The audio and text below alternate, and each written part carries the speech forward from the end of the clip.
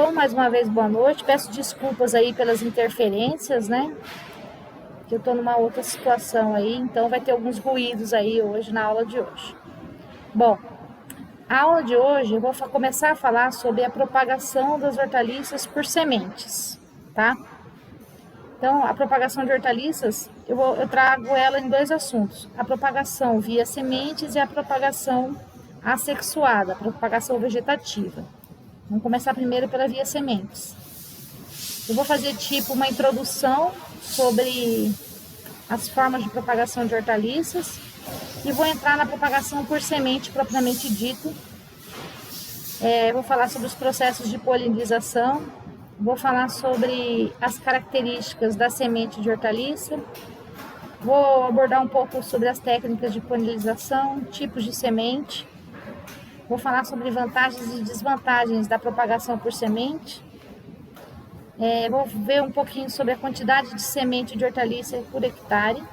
E na aula que vem, a gente vai falar sobre a propagação vegetativa, que é as principais vantagens da propagação vegetativa, as estruturas utilizadas na propagação vegetativa e os principais métodos de propagação vegetativa. Aí fica para a próxima aula para a gente não se estender muito. Bom, como eu já havia dito, mas vou repetir, os tipos de propagação de hortaliças são dois tipos, substancialmente, né? A propagação sexuada, que ela é menos rápida, mas permite multiplicar o número de plantas aí por meio de sementes. É formada a partir da união do gameta masculino e feminino e origina uma descendência de plantas geneticamente diferentes. Elas são semelhantes às plantas mães, mas elas são geneticamente diferentes dos parentais masculinos e femininos. A outro tipo de propagação é a propagação assexuada, ou propagação vegetativa. Ela é mais rápida, porque a gente consegue reproduzir um grande número de plantas por meio de um processo que a gente chama de divisão ou diferenciação celular. Usualmente, né, a gente tem uma composição genética idêntica das parentais masculinos, do qual vem essa parte vegetativa. Então, essa é basicamente a diferença, né? A propagação sexuada nos permite clonar uma planta, né? Mas vamos falar sobre a propagação por sementes e deixar um aprofundamento de propagação vegetativa para a próxima aula. A propagação sexual de hortaliças, né? A gente tem que lembrar que a gente tem dois tipos de cultivares disponíveis no mercado. O pessoal que já tem aí um pouco de experiência no cultivo de hortaliças já deve ter percebido isso. Quando vai comprar semente, você tem sementes que são provenientes de uma polinização aberta ou cultivar padrão, ou você tem sementes que são híbridas. A polinização aberta é aquela que tem um grupo de indivíduos que se assemelham fenotipicamente, ou seja, são parecidos fenotipicamente em relação às várias características, né? E uma característica ou outra se distingue entre as cultivares. E o híbrido, né, é a primeira geração de um cruzamento entre dois genitores geneticamente diferentes, as quais podem ter cultivares ou linhagens, né, endogâmicas, e elas apresentam um vigor híbrido, né, heterose. Elas não são indicadas para ser retirada a semente para nova propagação, ao contrário da polinização aberta, que a gente pode retirar sementes para uma propagação. Bom, vamos entender então a polinização aberta, né? Eu tenho uma planta aqui, no exemplo meu, uma planta A de tomate com crescimento indeterminado. E eu tenho uma planta B no quadro abaixo com crescimento determinado. Então, o geneticista ele faz o cruzamento, né, a polinização entre essas duas plantas com essas duas características, né, distintas. para obter sementes dessa polinização livre, dessa polinização aberta. Então, ele retira, né, sementes dessa situação. Quando a gente fala em segregação de sementes híbridas, eu tenho uma planta A, que o crescimento é indeterminado, eu tenho uma planta B, de crescimento determinado. O cruzamento entre elas vão dar a primeira geração, né, de plantas. Por exemplo, se eu pegar uma planta de porte indeterminado com uma planta de porte determinado, eu posso ter 3 plantas, por exemplo, de porte indeterminado. Então, a retirada dessas sementes, né, não é recomendada, porque haverá uma grande variação na geração seguinte, diferente da anterior, né? Então, essas plantas, quando eu extraio as sementes, as plantas vão estar muito semelhantes às plantas A, de tomate indeterminado. Consequentemente, da mesma forma, a B. Se eu extrair sementes, né, eu também vou ter plantas geneticamente muito semelhantes às plantas B de crescimento determinado.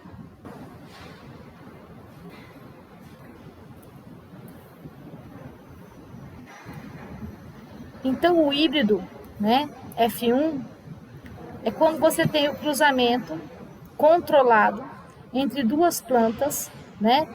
Você pega o parental masculino, ou seja, o grão de pólen de uma planta, e fornece para o parental feminino, que recebe esse grão de pólen, né?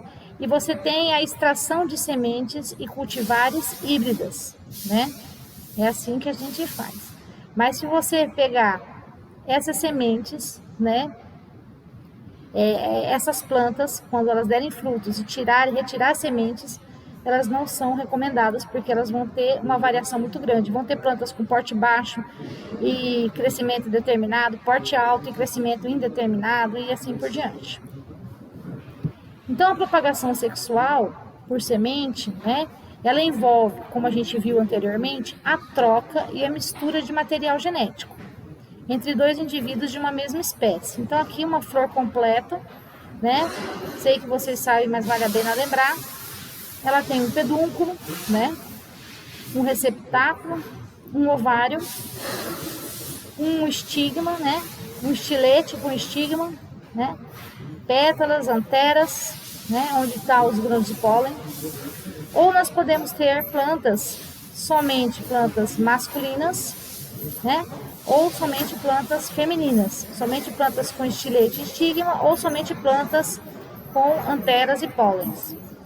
Os indivíduos que surgem, só um minutinho, os indivíduos que surgem da reprodução sexual, então, são semelhantes aos parentais, mas eles não são idênticos.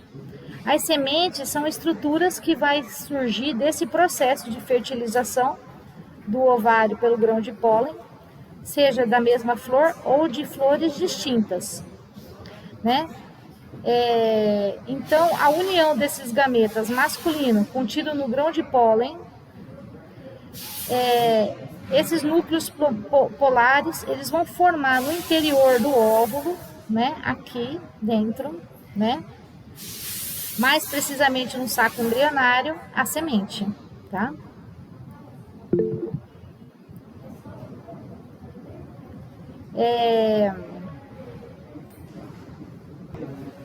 Como a gente viu, né? As plantas, as hortaliças, né? Elas possuem flores completas, né? E possuem flores masculinas e femininas. Então, eu vou falar um pouco sobre isso agora. Quando nós temos, né, flores completas, ou seja, flores hermafroditas, né? Algumas vezes essas plantas, elas podem ser autógamas. O que significa isso? Quando as flores hermafroditas, elas conseguem fazer a autofecundação, se autofertilizarem.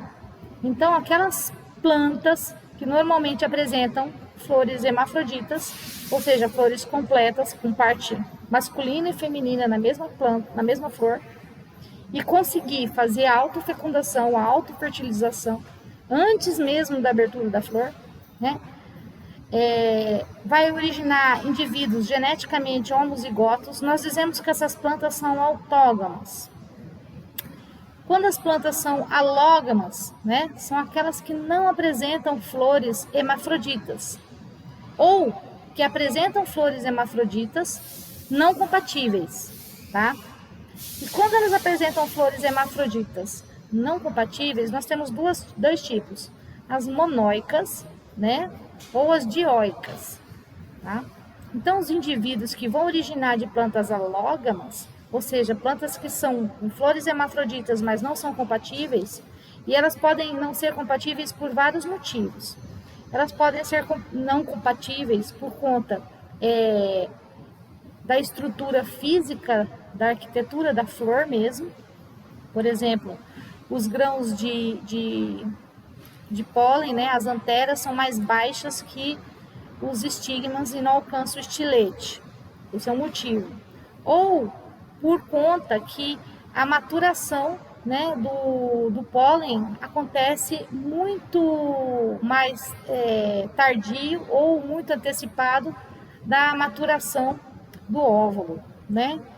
Então pode acontecer das duas formas, ou ser fisiológica ou ser física, né? Por estrutura física. Então, quando a gente pensa em propagação seminífera, né, propagação por semente de hortaliças, a gente tem que lembrar que nas angiosperma, né, que são aquelas plantas que a gente viu lá, monocotiledônia e dicotiledônia, lá na nossa aula de classificação botânica, que nós separamos, né, hortaliças monocotiledôneas e hortaliças dicotiledônia, para que ocorra a formação da semente, o grão de pólen ele tem que sair das anteras, ser transferido da antera para o estigma da flor. Então, isso a gente determina como processo de polinização. No estigma, né, ocorre, então, a germinação do grão de pólen. Então, quando o grão de pólen encontra-se o estigma, ele germina, emite um tubo polínico que vai alcançar lá o gameta feminino. Ele vai encontrar a célula reprodutiva, né, do grão de pólen, né? Esse tubo, ele atravessa todo o estilete em direção ao ovário e vai encontrar o óvulo lá dentro do saco embrionário, né? E é nesse local que há a formação do gameta feminino e dos núcleos polares. Então, várias transformações e divisões celulares se sucedem nesse local, de modo que o zigoto 2N dá origem a um embrião da semente.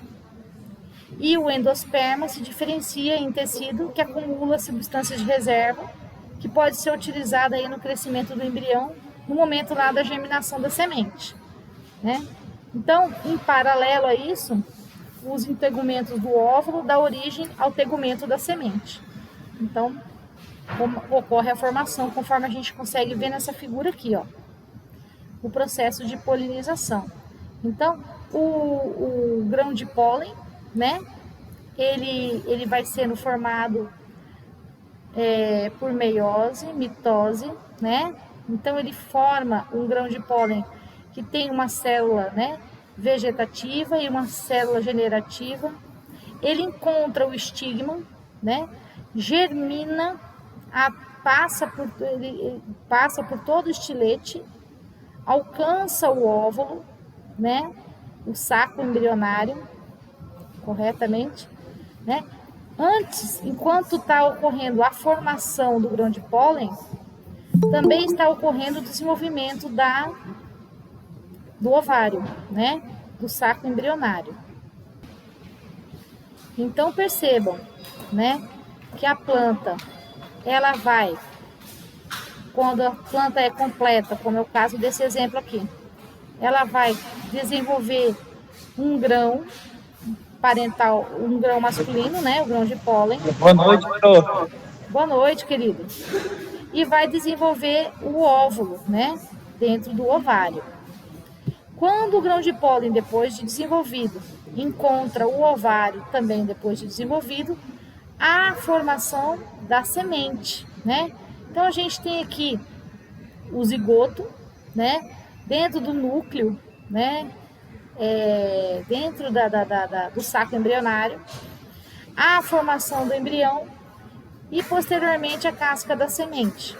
Essa semente, ao ser colocada no solo, vai formar um esporófito jovem e depois maduro, né?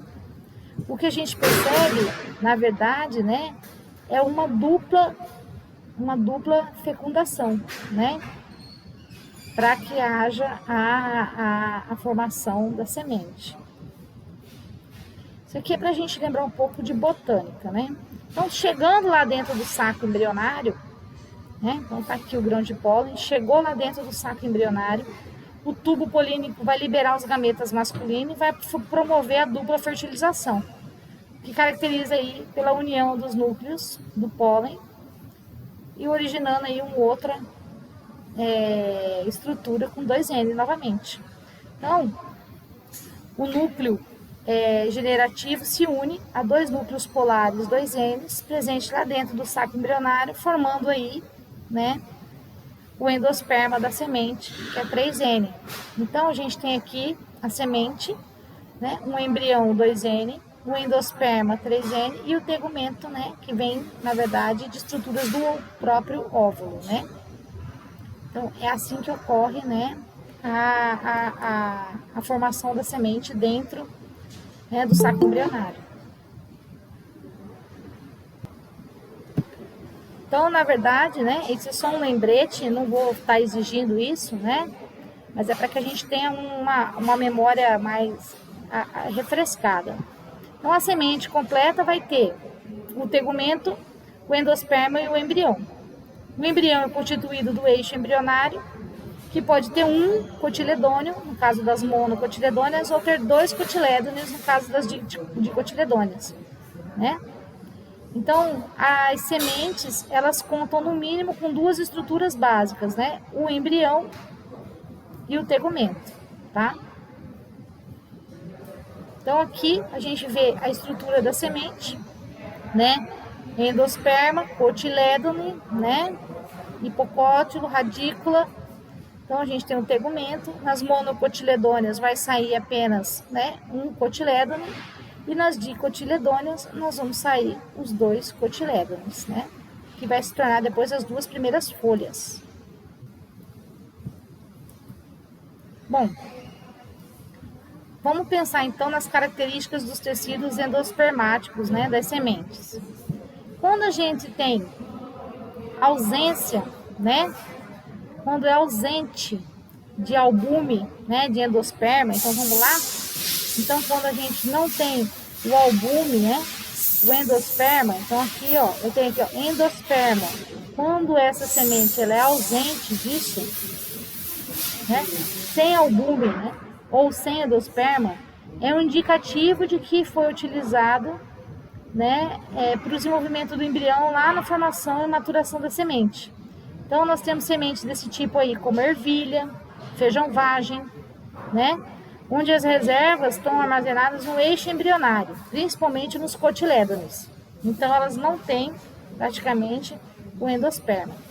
Em espécies como as curcubitáceas, por exemplo, o tecido de reserva da semente já é o endosperma e está presente em quantidade mínima, né, se constituindo ainda uma mínima fininha membrana que envolve o embrião, de modo que os cotilédones assumem o papel de armazenar reserva, tal como ocorre lá nas leguminosas ou fabáceas. Então, a maioria das sementes de olericultura, quando madura, apresentam endosperma, ou seja, são albuminosas, né? Como a cebola, alface, beterraba, tomate, pimentão, né? E variando, na verdade, na proporção desse tecido. Então, a maior parte delas pode ter albuminosas? Pode, que não tenha endosperma? Sim, mas na grande maioria das hortaliças, as sementes elas têm endosperma, que vão variar apenas na proporção do tecido, né, presente em cada uma delas. Tem algumas espécies que vão ter um endosperma mais espesso e outros mais finos. Basicamente é isso. E as sementes? As sementes são todas verdadeiras? Nem todas as sementes de propagação, que a gente chama de propagação seminífera, são sementes verdadeiras, tá? Essa é uma outra característica. Sob o ponto de vista botânico, o fruto, né? Fruto é ovário maduro, que pode conter uma ou mais sementes, enquanto a semente é óvalo maduro, tá? Então, às vezes a gente confunde, né? O que é fruta, né? O que é fruto, né? E o que seria a semente. Então, a gente precisa saber que o fruto é o ovário todo maduro, que tem uma ou mais sementes. E a semente propriamente dita, a semente verdadeira, ela é o ovário maduro. Então, a gente tem exemplos aí. A vagem da ervilha, a vagem do feijão vagem, é um fruto que contém várias sementes, correto? Então, é fácil a distinção entre fruto e semente. Mas algumas hortaliças, por exemplo, como no caso da família das apiáceas, cenoura, salsa, coentro, ou como da família das asteráceas, que é o caso do alface, né? As sementes, a gente chama de semente, na verdade, não são sementes, são frutos secos, né? A gente pode denominar de esquizocarpos, no caso das apiáceas, ou aquênios, no caso das asteráceas, né? Então, quando elas estão completamente maduras, né, elas apresentam alguma estrutura originada do ovário. No caso da beterraba, por exemplo, né, que é Quenopodiácea, e no caso do espinafre, né, da Nova Zelândia, a estrutura que a gente chama de semente, na verdade, é uma infrutescência semente. Ou seja, tem 2 ou 3 frutos múltiplos que veio de flores distintas e vão se encontrar envolvidos no receptáculo lá no conjunto floral, que a gente chama de glomérulo. Então, esse conjunto de infrutescência, denominado de glomérulo, é um aglomerado de frutos que contém várias sementes. Então, não é também uma semente verdadeira, né? Então, a semente o do esquizocarpo, o aquênio, são frutos secos, né? Completamente maduros, no caso, respectivamente, da cenoura, salsa e do alface, né? Ou as infrutescências sementes, que são glomérulos, no caso da beterraba, do espinafre, né? Que é um conjunto de frutos que tem várias sementes. Então, a gente precisa saber dessas coisas, né? Bom, outra questão sobre sementes é a dormência, né? Sementes de algumas hortaliças aí, como de alface, por exemplo, pode apresentar dormência. E algumas sementes também de alface são responsivas à luz após germinar.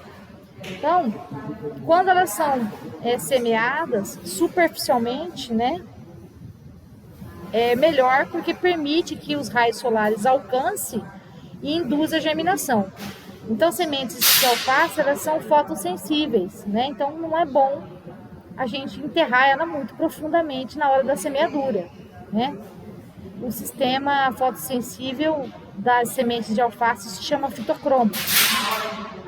A dormência diz daquela semente ou daquele órgão vegetativo, vamos dizer assim, porque tem sementes que não são verdadeiras, né? São sementes secas, são frutos secos, ou são infrutescência semente, né? Então, disse de quando ela não mostra nenhum sinal de crescimento em condições ambientais favoráveis ao crescimento. Então, quando a semente ou o órgão vegetativo tem potencial para germinar, tem potencial para brotar, tem potencial para reassumir o crescimento, mas não faz, né? Devido a condições aí ambientais desfavoráveis, né? A gente diz que está em quiescência ou em repouso, tá? Então, ela pode estar dormente quando está em condições favoráveis, ou ela pode estar em repouso, em quiescência, quando está em condições não favoráveis, tá? Ela tem essas duas características, né? Eu coloco uma semente no solo, ela pode estar dormente ou ela pode sofrer uma quiescência até encontrar condições adequadas para germinar. E a germinação propriamente dita, né, é esse surgimento, né, de um novo ser a partir do embrião, né, um novo embrião. Então, a germinação é o início do desenvolvimento a partir da semente, né, ou estruturas que não sejam sementes que brotam, né, brotar vem do broto, né. Então, a germinação também pode ser gema ou órgão vegetal novo, né? Gemas que brotam, que podem dar origem a uma nova planta. Pode ser gemas de ramos, gemas de folhas, gemas de raízes, né?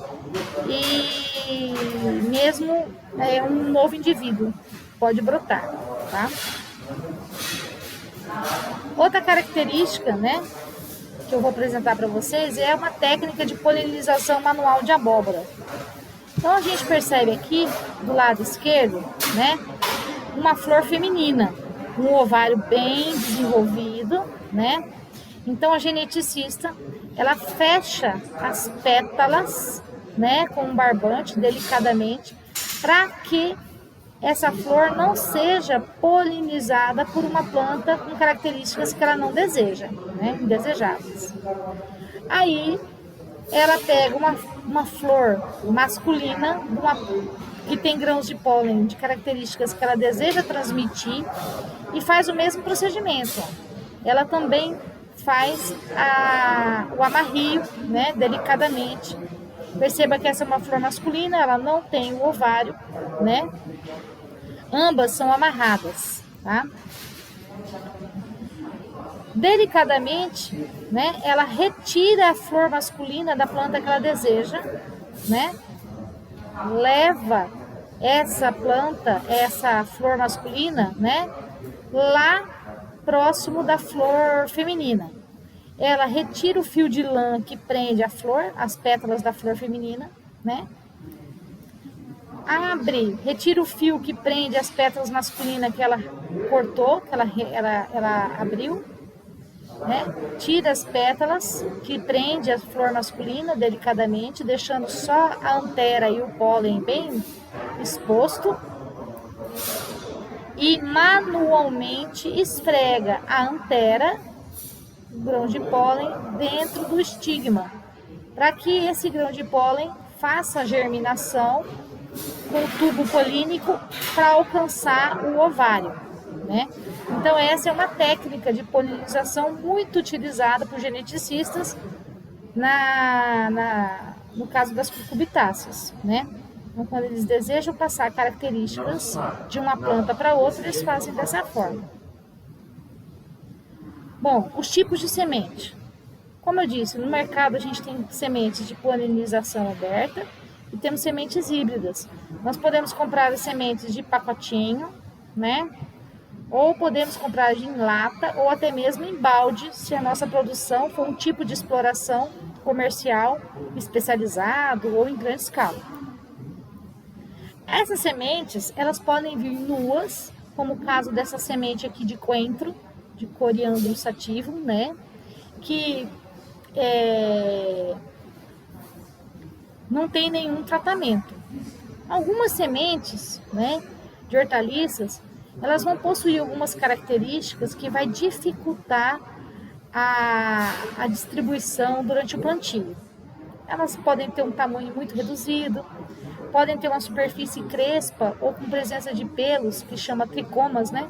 Ou de espinhos e aristas, ter um peso muito pequeno, então serem leves, né?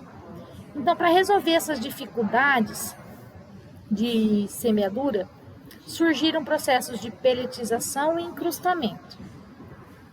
Então, a gente encontra no mercado, né, sementes pelletizadas, como o caso do exemplo aqui da alface, que está aqui na imagem. A pelletização, ela revestiu com material inerte essa semente, que na verdade não é uma semente verdadeira, é um fruto seco, né? Aprendemos agora. E ao redor dessa semente, essa substância inerte acaba uniformizando tamanho, formato, peso. E nesse processo, né, essas sementes nuas acabam se transformando em pellets uniformes, que podem ser redondos ou ovulados, aumentam de tamanho e peso e permite assim um plantio com mais precisão, seja por semeadura ou mesmo a distribuição uniforme a campo ou dentro das bandejas, né? Então elas podem ser distribuídas com mais precisão e cada semente pode ser colocada no espaçamento correto e na quantidade controlada.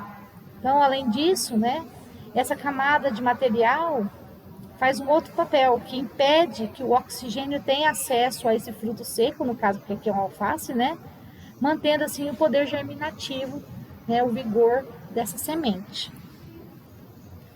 As vantagens de comprar semente pelletizada é facilitação na distribuição, com maior precisão e uniformidade, um melhor processo de semeadura manual ou mecanizado. A gente consegue reduzir e eliminar a operação de desbaste e raleio, porque cada cultura, um exemplo da cultura da cenoura, por exemplo, quando a gente não usa semente pelletizada, né, a gente pode gastar muito mais sementes na operação do plantio, por conta que vai haver a necessidade do desbaste e do raleio na linha de semeadura, né? Então a gente chega... Oi. Dessa forma aí também tem uma semente também que já vem com alguns micronutrientes também, né? Sim, Nesse sim. tratamento, né? Já vem com... A semente, na verdade, ela não tem necessidade de ter micronutrientes, né? Porque o próprio endosperma, né, como a gente viu agora anteriormente, ele é a reserva de nutriente que ela necessita para começar o processo de brotação, né? Mas sim, logo depois que brotou, se aqueles restos ali da casca contendo alguns nutrientes, pode sim facilitar o processo, mas não há necessidade, né? Então, a gente precisa, na verdade, ter rapidez e eficiência no plantio, por isso que a gente utiliza sementes pelletizadas, por conta de ter precisão, reduzir custos, né? A cenoura chega a ter até 12% do custo da produção, né, afetada por conta de desbaste e raleio, por não usar semente pelletizada, né? Agora, a gente tem um grande uso também, não só das pelletizadas, mas das sementes incrustadas, né? O incrustamento também é esse revestimento com substância inerte, mas uma quantidade menor, só para preencher superfícies irregulares, facilitando o plantio e o manuseio desses equipamentos aí de semeadura, principalmente quando são mecanizados. E pode ser utilizados também para aumentar o tamanho e o peso da semente, assim como das pelletizadas. As vantagens é essa regulagem de maquinário quando é mecanizado, a distribuição uniforme, rendimento, proteção e ataque de praga antes da germinação, porque essas substâncias inertes acabam protegendo ali a semente, né? Agora, o que é muito utilizado é a peliculização, que é a semente peliculizada, que é aquela que vem com filme, né? As sementes coloridas. É uma técnica para facilitar a operação, mas para proteger a semente de pragas, né, e doenças. Então elas vêm em volta desse filme com fungicida ou até outros compostos para que proteja a semente desse tipo de ataque, né? Ela não altera a forma e não altera o tamanho, né? Ele somente adiciona à semente uma camada fina de polímeros e corantes para saber que ali tem agrotóxico, né? Para proteger do ataque de pragas e doenças. Isso é mais usual ainda, né? E quais as principais vantagens de fazer a propagação por sementes? Então, né, comparado com a propagação vegetativa que a gente vai ver na aula que vem, né? Então, a propagação por semente, ela tem uma vantagem. Então, a gente consegue, com um pequeno volume de material propagativo, uma lata, um balde, né, que ocupa um pequeno espaço, a implantação de cultivos aí de hectares e hectares. Facilita o armazenamento, pode ser guardado em local fácil, é fácil de manipulação, é fácil de transportar. O custo das sementes, com exceção de algumas aí híbridas, é relativamente mais baixo, né? em média custa aí de 3 a 5% total da produção, então é gasto com semente, né? A semente, ela tem uma tolerância grande à desidratação, né? Então ela promove aí uma redução acentuada nessa atividade metabólica, né, da semente. Então a gente consegue, né, conservar por mais períodos mais prolongados um material propagativo. É mais fácil para armazenar, né? A gente consegue ao longo do ano armazenar, diferente do material propagativo, que muitas vezes já tem que ser plantado imediatamente após a separação, né? Então a gente não necessariamente, né, consegue guardar. Então, além de ser mais volumoso, né, mais difícil de manipular, tem que ser guardado à sombra. Então, a gente sabe que também tem grandes disponibilidade de equipamentos para semeadura. A gente consegue semear em bandeja, né? Então, várias espécies de hortaliças hoje são semeadas diretamente a campo. Naquela aula que nós vimos sobre tipos de exploração de hortaliças comerciais, a gente viu vários produtores de cenoura, né, plantando com maquinário, são altamente mecanizados. Bom, outra questão, quando se fala em propagação por semente, né, é a quantidade de semente para a implantação de 1 hectare. Então, eu trouxe um quadro aqui para a gente mais ou menos ter uma noção de quanto que vai de semente para a implantação de 1 hectare de hortaliça. Então, a gente, para plantar aí no espaçamento de 5 por 5 abóbora seca, por exemplo, né, nós vamos aí precisar aí,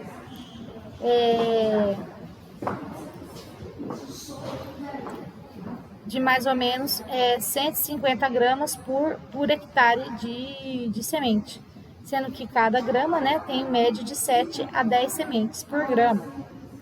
E a gente consegue também calcular facilmente a quantidade de semente que a gente vai gastar. Então eu trouxe essa tabela mais ou menos de curiosidade, né, para a gente às vezes ter um parâmetro de como calcular, né, a quantidade de semente para cada hectare.